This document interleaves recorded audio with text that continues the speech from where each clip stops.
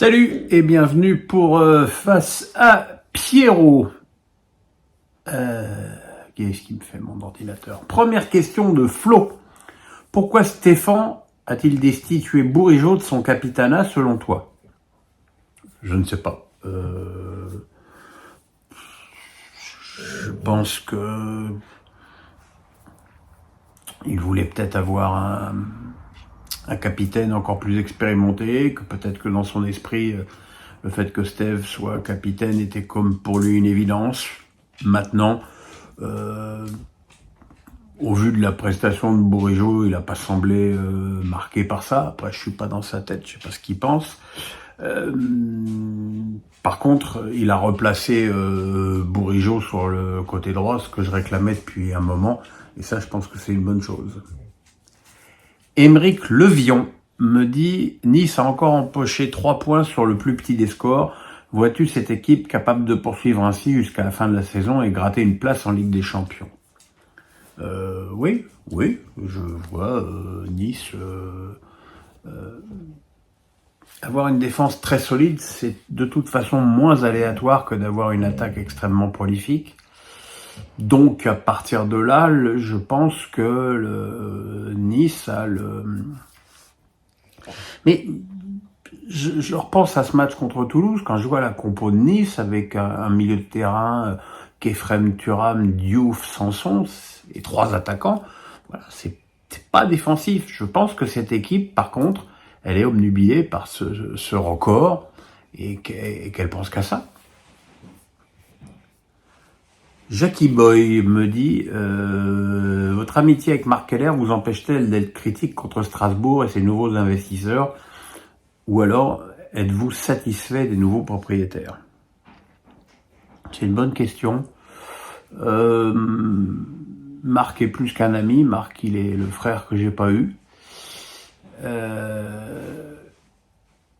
Et dans mon boulot, parfois c'est un avantage, et parfois c'est un inconvénient, parce qu'évidemment je sais tout ce qui se passe et tout ce qui va se passer. Par exemple, j'étais au courant que Chelsea allait, les Blueco allaient reprendre le club plusieurs semaines, voire plusieurs mois avant que la nouvelle ne soit officielle. Mais bon, voilà, c'est mon ami, donc je divulgue pas ce que disent mes amis. Ça a toujours été ma ligne de conduite toute ma carrière. Avec quand Henry a signé à Barcelone, je l'ai su 6 semaines avant, mais voilà, et on m'a dit de rien dire.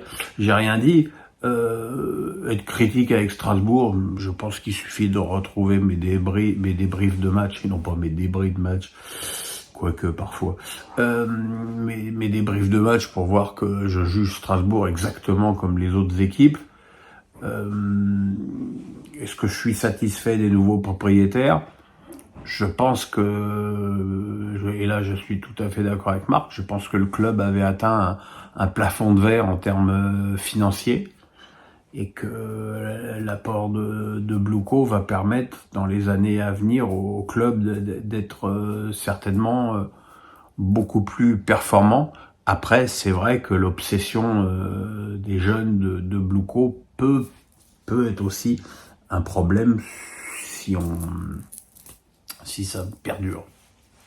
Anatole du 49 me dit « Si vous étiez à la place du PSG et que vous deviez choisir entre recruter Kefren Thuram ou Youssouf Fofana, que feriez-vous » Si le choix c'est que ces deux-là, je prendrais Fofana, qui me paraît plus mature que Kefren Thuram, que je trouve en plus assez en retrait par rapport à ses prestations de la saison dernière. Je pense que Fofana est plus puissant, plus athlétique, et que peut-être ça apporterait plus à l'effectif du PSG en l'état actuel. Benjamin Meunier, l'agrandissement du Parc des Princes est estimé à 600 millions d'euros. À ce prix-là, comment peut-on imaginer le PSG y rester, sachant que pour 300 à 400 millions, vous avez un stade flambant neuf? Alors déjà, un stade 300-400 millions flambant neuf en région parisienne, et quand je dis en région parisienne, c'est dans la petite couronne parisienne et pas à Pétaouchnok, Ça me paraît déjà extrêmement optimiste comme estimation. Et après, le Parc des Princes a une dimension historique très importante pour les supporters et pour le club. Voilà, maintenant, la vraie question, c'est ce que je disais la semaine dernière, une question à ce sujet, c'est est-ce que la structure du stade est à même de recevoir une augmentation significative de public, un toit rétractable, un terrain rétractable? J'en suis pas sûr du tout. Eric SB me dit le FC Metz est 9e au classement suite à sa victoire à Lorient. Considères-tu toujours cette équipe comme la plus faible du championnat? Ben non. Il faut quand même toujours rappeler que lorsque je fais un débrief, c'est toujours une photographie instantanée des matchs qui viennent de se produire et d'une tendance sur les 3-4 dernières journées. Metz a longtemps été, cette saison, l'équipe la plus faible du championnat, surtout par son manque d'ambition totale dans le jeu. Sauf que là, sur les 2 derniers matchs, ils ont marqué 6 buts. Comme je l'ai dit, le puzzle de Bologna semble commencer à prendre de la consistance et que voilà, il commence à prendre confiance sur le plan offensif. Maintenant, ça réclame évidemment confirmation, et peut-être que je redirai dans 5 ou 6 matchs que Metz est à nouveau l'équipe la plus faible du championnat. Enfin, le dire, ça ne m'amuse pas non plus. Ismail me dit: que penses-tu d'un départ de Mbappé à Liverpool? Ce transfert le rapprochera plus du Ballon d'Or, à mon avis, car il sera dans un championnat exposé, il sera en confrontation directe avec Haaland. Alors je pense qu'il en a rien à foutre d'être en confrontation directe avec Haaland dans le même championnat. Je pense que c'est absolument pas un argument pour Mbappé.